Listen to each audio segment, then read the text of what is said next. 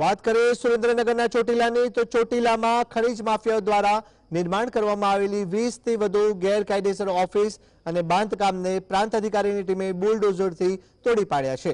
મામલતદાર કચેરી સહિતની ટીમની હાજરીમાં આ કાર્યવાહી હાથ ધરવામાં આવી, જેમાં ચાની હોટલો, કેબિન, વેબ્રિજ સહિતના બાંધકામને દૂર કરવામાં આવ્યા। સરકારી મિલકત પર પણ ગેરકાયદેસર બાંધકામ કરાયું હોવાનું સામે આવ્યું હતું। ખનીજ માફિયાઓને બાતમી પૂરી પાડતા તત્વો વિરુદ્ધ પણ કડક કાર્યવાહી હાથ ધરવામાં આવશે। આ કાર્યવાહીથી માફિયાઓમાં ફફડાટ ફેલાયો છે। હવે બાતમી આપતી ઓફિસો પર પણ બુલડોઝર ફરી વળ્યું છે।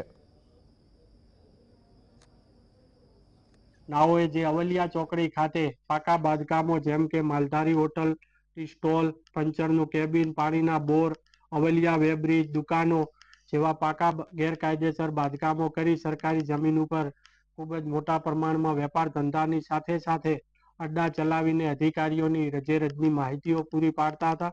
આ તમામે તમામ ગેરકાયદેસર બાંધકામોને અમારી નાયબ કલેક્ટર પ્રાંત ચોટીલાની ટીમ અને મામલતદાર થાનગઢની સંયુક્ત ટીમ દ્વારા આજે તોડી પાડવામાં આવેલ છે।